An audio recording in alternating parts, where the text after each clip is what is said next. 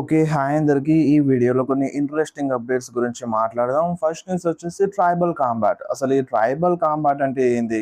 Roman Reigns and Jacob ఫాటో మధ్యలో match జరుగుతుంది. మనం ఏదో స్టిపులేషన్ పెడతారని అనుకున్నాం. బట్ ఇప్పుడు ఈ ట్రైబల్ కాంబాట్ మ్యాచ్ ఏంది అని అడుగుతున్నారు.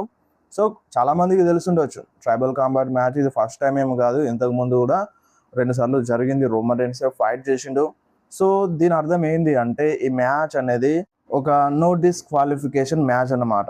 సో ఇప్పుడు ఈ మ్యాచ్ రిజల్ట్ అనేది పిన్ ఫాల్ లేదంటే సబ్మిషన్.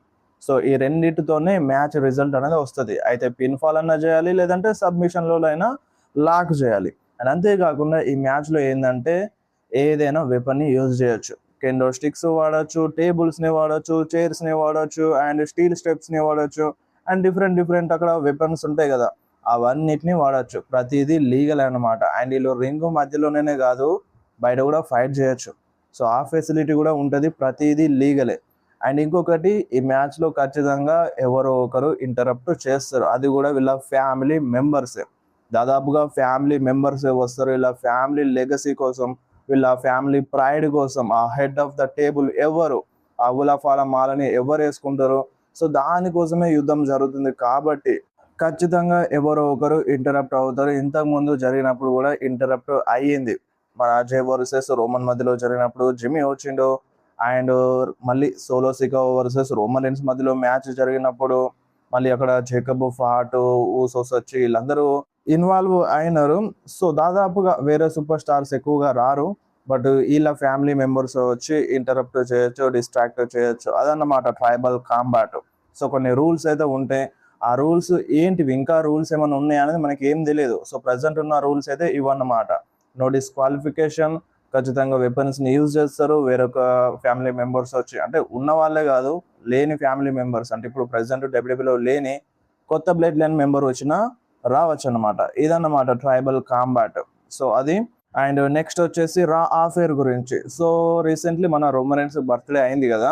చాలా మంది ఫ్యాన్స్ రా ఆఫేర్ లో రోమన్ రీన్స్ కి బర్త్డే విషెస్ చెప్పినారు. రోమన్ రీన్స్ సాంగ్ పాడినారు. అండ్ రోమన్ రీన్స్ కూడా ఫ్యాన్స్ అందరికి థ్యాంక్స్ చెప్పిండు. అక్కడ ఉన్న ఫ్యాన్స్ అందరితో చేయగలిపిండు, ఆటోగ్రాఫ్లు ఇచ్చిండు. ఒక ఫ్యాన్ కి అయితే ఆ పెన్ను పారకపోతే ఇంకో పెన్ను తీసుకొని మరి ఆటోగ్రాఫ్లు ఇచ్చిండు. అండ్ ఫ్యాన్స్ అందరినీ జాగ్రత్తగా ఇంటికి వెళ్ళమని చెప్పిండనమాట ఫ్యాన్స్ అందరికి రోమన్ రీన్స్. ఇది రా ఆఫర్ లో జరిగింది ఒక చిన్న ప్రోమో అన్నమాట Roman Reigns. And next news వచ్చేసి డ్రూ మ్యాకెంటైర్. సో మన డ్రూ మ్యాకెంటైర్ తెలిసిందే కదా, బ్రేక్ లో ఉన్నాడు. సో మ్యాచ్ లో ఓడిపోయినప్పటి నుంచి బ్రేక్ లో వెళ్తున్నాడు. సో దానికి రీజన్స్ ఉన్నాయి. కొన్ని ప్రాజెక్టులు ఉండే మన డ్రూ మ్యాకెంటైర్ కి, హాలీవుడ్ ప్రాజెక్ట్స్ ఉండే, దానికోసం ఇప్పుడు రావట్లేదు. వర్కౌట్ చేస్తున్నాడు డ్రూ మ్యాకెంటైర్. ఇప్పుడు మనకి ఐపీఎల్ జరుగుతుంది కదా, సో మన డ్రూ మ్యాకెంటైర్ రాజస్థాన్ టీమ్ కి సపోర్ట్ చేస్తుండు. మీరు ఒకసారి స్క్రీన్ మీద చూడొచ్చు. వైభవ్ సూర్యవంశి టీ షర్ట్ వేసుకొని, ఆ జెర్సీ వేసుకొని వర్కౌట్ చేస్తున్న మన డ్రూ మ్యాకెంటైర్. సో నార్మల్ గానే డ్రూ మ్యాకెంటైర్ కి ఇండియా అంటే ఇష్టం. కానీ ఇక్కడ డ్రూ మ్యాకెంటైర్ రాజస్థాన్ రాయల్స్ కి సపోర్ట్ చేస్తుండు, వైభవ్ సూర్యవంశ్ కి సపోర్ట్ చేస్తుండు. మరి మీరు ఎవరికి సపోర్ట్ చేస్తున్నారు ఐపీఎల్ టీంలో కింద కామెంట్ లో మెన్షన్ చేయండి. సో వర్కౌట్ అయితే చేస్తున్నాడు డ్రూ మ్యాకెంటైర్. సో తొందరలోనే రావచ్చు, వచ్చే ఛాన్స్ కూడా ఉంది. అండ్ నెక్స్ట్ న్యూస్ వచ్చేసి జవాన్ ఎవాన్స్ గురించి. సో జవాన్ ఎవాన్స్ మెయిన్ రోస్టర్ లో వచ్చినప్పటి నుండి మంచి పర్ఫార్మెన్స్ అయితే ఇచ్చిండు. సో చాలా మంది superstars and backstage లో క్రియేటివ్ టీమ్ కూడా చాలా హ్యాపీగా ఉంది. సో సూపర్ స్టార్స్ విషయానికి వస్తే Roman Reigns and Becky Lynch వీళ్ళిద్దరు మన జవాన్ ఎవాన్స్ కి హెల్ప్ చేస్తున్నారు, జవాన్ ఎవాన్స్ కి ప్రేజ్ చేస్తున్నారు. రీసెంట్లీ మీరు చూస్తుంటారు Roman Reigns and Jevon Evans కలిసి మాట్లాడినారు. సో అందుకనే రోమన్ రీన్స్, బెక్కీ లించ్ ఇద్దరు జవాన్ ఎవాన్స్ కి సపోర్ట్ చేస్తున్నారు. అంటే సపోర్ట్ మీన్స్ ఇట్లా ఉంటది, ఇట్లా వర్కౌట్ చేయాలి, ఇట్లా చేయాలి, రింగ్ యాక్షన్ లో ఇట్లా ఉండాలి అని గైడెన్స్ ఇస్తున్నారు అన్నమాట. సో చాలా మంది superstars and backstage లో క్రియేటివ్ టీమ్ కూడా చాలా హ్యాపీగా ఉంది. ఫుల్ ప్రైజ్ చేస్తున్నారు జవాన్ ఎవాన్స్ కి. చూడాలి మరి ఫ్యూచర్ లో ఇంటర్ కాంటినెంటల్ ఛాంపియన్షిప్ ని విన్ అవుతాడా. వినే ఛాన్సెస్ అయితే కనిపిస్తున్నాయి. కానీ ప్రెసెంట్ పెంటా కూడా ఒక మంచి టైటిల్ విన్ అయితే కంటిన్యూ చేస్తున్నాడు. సో మరి దాన్ని బ్రేక్ చేయడానికి ఎవరు వస్తారు?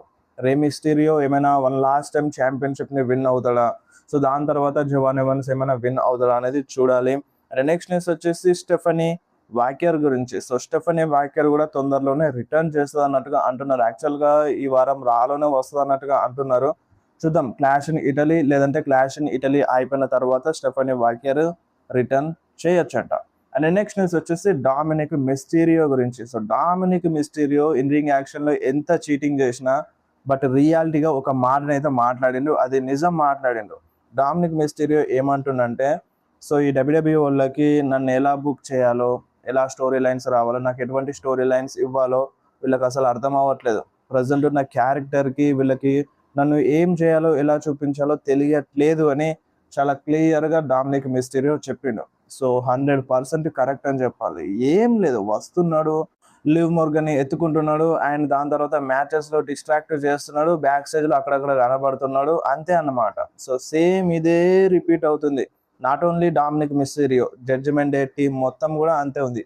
అంటే ఇంట్రెస్టే లేకుండా పోయింది. ఒకప్పుడు జడ్జిమెంట్ డే అంటే వేరే లెవెల్, అండ్ దాని తర్వాత అది బ్రేక్ అయిపోయిన తర్వాత Liv Morgan, Dominik Mysterio and Rhea Ripley ఈ ట్రయాంగిల్ చాలా బాగుండే. బట్ అది ఎండ్ అయిన తర్వాత అసలు ఇక దీనిపైన 0 లెవెల్ ఇంట్రెస్ట్ అనమాట. అండ్ ఫిన్ బ్యాలర్ కూడా ఇప్పుడు వెళ్ళిపోయాడు, ఈ టీంలో లేడు. సో అసలు ఈ టీం పైన అసలు ఇంట్రెస్టే లేదు. డామ్ కూడా అదే చెప్తుండు, నాకు వీళ్ళు ఎట్లా క్రియేట్ చేయాలో వీళ్ళకి అర్థం అవ్వట్లేదు.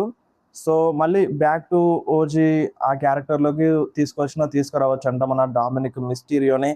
అండ్ ఇప్పుడు దీన్ని కంటిన్యూ చేయడం ఎందుకు, ఈ జడ్జిమెంట్ డేని అసలు ఏమాత్రం కూడా ఇంట్రెస్ట్ లేదు ఈ టీం పైన. సో నాకైతే ఏమనిపిస్తుంది అంటే, ఇంతగానం ఎందుకు కంటిన్యూ చేస్తున్నారంటే రోగ్జన్ పెరేజ్ ఏమైనా లివ్ మోర్గన్ పైన టర్న్ అవుతుంది కావచ్చు, ఆ స్టోరీ లైన్ ఏమైనా చూపిస్తారు కావచ్చు, లేదంటే Liv Morgan and Dominik Mysterio మధ్య బ్రేకప్ చూపిస్తారు కావచ్చు. సో దానికోసం ఇంకా స్టిల్ కంటిన్యూ చేస్తున్నారు అన్నట్టుగా అనిపిస్తుంది. బట్ ఏదైనా సరే అంటే ఇలా టీం పైన నాకు అసలు ఇంట్రెస్ట్ లేదు. అండ్ లివ్ మోర్గన్ అయితే ఇంకా వరస్ట్ అయిపోయింది.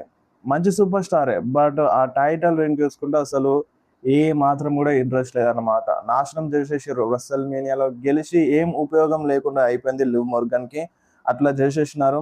అండ్ డామ్ కూడా ఇదే మాట అంటున్నాడు, ఇది ఓన్లీ ఈ జడ్జిమెంట్ డే టీంకి మాత్రమే కాదు, అటు జూలియా కూడా స్మాక్ డౌన్లో, అండ్ ఇంకా ఫిన్ బ్యాలర్ కూడా ఏం లేదు, జస్ట్ వస్తున్నాడు పోతున్నాడు అన్నట్టుగానే ఉంది, ఒక ప్రాపర్ స్టోరీ లైన్ అనేది లేదు. అండ్ చాలా మందికి ఇదే కంటిన్యూ అవుతుంది. ఉన్న సూపర్ స్టార్స్గా కొంచెం మంచిగా చూపిస్తున్నారు, ఇక మిగతా సూపర్ స్టార్స్ అంతా అమాసకోసారి పున్నానికోసారి వచ్చినట్టుగా వస్తున్నారు, కనబడుతున్నారు, మాయమైపోతున్నారు అన్నమాట.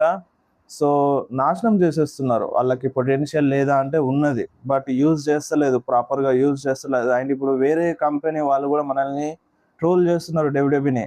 చూడండి రస్సెల్ మేనియా ఎంత వరస్ట్గా ఉంది. ఒక నార్మల్ ప్రీమియం లైవ్ ఈవెంట్ వేరే కంపెనీలో చూడండి, వాళ్ళు మనకు ఒక స్టోరీ లైన్ తీసుకొచ్చిండే, అన్సేఫ్ వర్క్ ఎన్విరాన్మెంట్ అని డబ్ల్యూడబ్ల్యూలో. So Drew McIntyre, Cody Rhodes story లైన్లో తీసుకొచ్చిండే ఇక్కడ వర్క్ చేయడం అంతగా కరెక్ట్ మంచిది కాదని.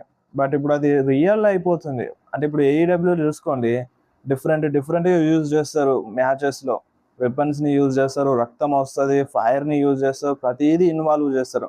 బట్ ఇక్కడ అది అన్సేఫ్ వర్కింగ్ ఎన్విరాన్మెంట్. బట్ ఇక్కడ ఈ సేఫ్ ఉన్నా ఎంత మంచిగా ఉన్నా సరే దీన్ని అన్సేఫ్ వర్కింగ్ ఎన్విరాన్మెంట్ అని అంటున్నారు. రియాలిటీగా అది అన్సేఫ్ వర్కింగ్ ఎన్విరాన్మెంట్, బట్ ఏంటంటే రివర్స్ అయిపోయింది. సో కొంచెం మంచిగా చూపించాలి, కొంచెం అంటే కొంచెమైనా మంచిగా చూపించాలని చాలామంది ఫ్యాన్స్ కోరుకుంటున్నారు. చాలామంది సూపర్ స్టార్స్ క్యారెక్టర్ని నాశనం చేస్తున్నారు. సో సోషల్ మీడియాలో కూడా ట్రోల్స్ అవుతున్నాయి డబ్ల్యూడబ్ల్యూకి.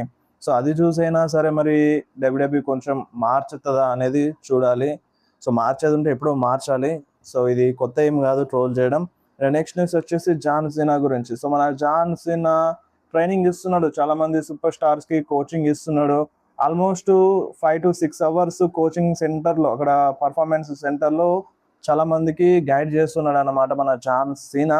సో ఈ గైడింగ్ అండ్ ఈ కోచింగ్ కాకుండా బ్యాక్స్లో వచ్చి కొంచెం స్టోరీ లైన్లో ఇన్వాల్వ్ అవుతే ఏదో చిన్న హోప్ ఇక్కడ నుండి అయినా స్టోరీ లైన్స్ మంచిగా డిజైన్ చేస్తారు అని.